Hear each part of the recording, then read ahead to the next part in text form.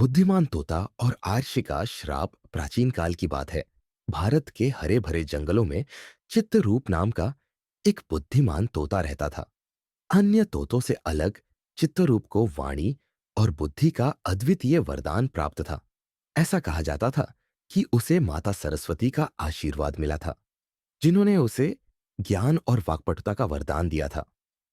एक दिन जब चित्तरूप एक विशाल बरगद के पेड़ पर बैठा था, उसने दो महान ऋषियों वशिष्ठ और दुर्वासा के बीच तीखी बहस सुनी। ऋषि दुर्वासा, जो अपने क्रोध के लिए प्रसिद्ध थे, देवताओं पर उनकी जिम्मेदारियों की उपेक्षा का आरोप लगा रहे थे, जबकि वशिष्ठ देवताओं का बचाव कर रहे थे। क्रोध में भरे दुर्वासा ने अंततः जंगल को श्राप दे दिया। ये जंगल अपनी हरियाली खो देगा और यहाँ के सभी जीव भूख और दुख से त्रस्त होंगे। वशिष्ठ ने दुर्वासा को समझाने की कोशिश की, लेकिन श्राप तो दिया जा चुका था। चित्तरूप, जो बेहद समझदार था, इस स्थिति को देखकर चिंतित हो गया।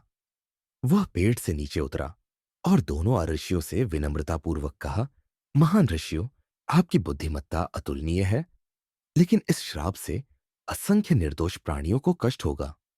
क्या इसे पलटा नहीं जा सकता? दुर्वासा, जो अब भी क्रोधित थे, बोले, इस श्राप को पलटा नहीं जा सकता, लेकिन यदि कोई देवताओं को उनकी जिम्मेदारियों की याद दिलाए और उन्हें हस्तक्षेप करने के लिए मनाए, तो संतुलन फिर से स्थापित हो सकता है।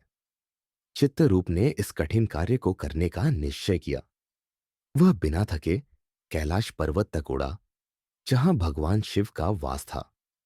वहां पहुंचकर उसने भगवान शिव की स्तुति में भजन गाए। उसकी भक्ति से प्रसन्न होकर भगवान शिव प्रकट हुए।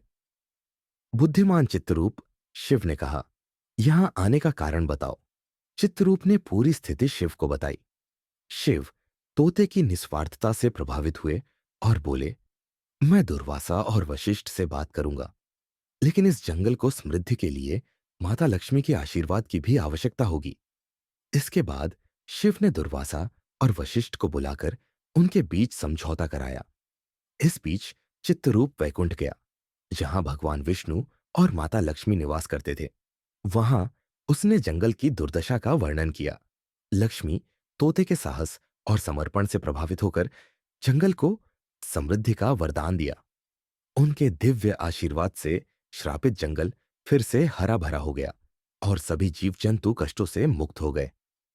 दुर्वासा ने चित्तरूप की बुद्धिमानी और साहस को देखकर श्राप के शेष प्रभाव को भी समाप्त कर दिया।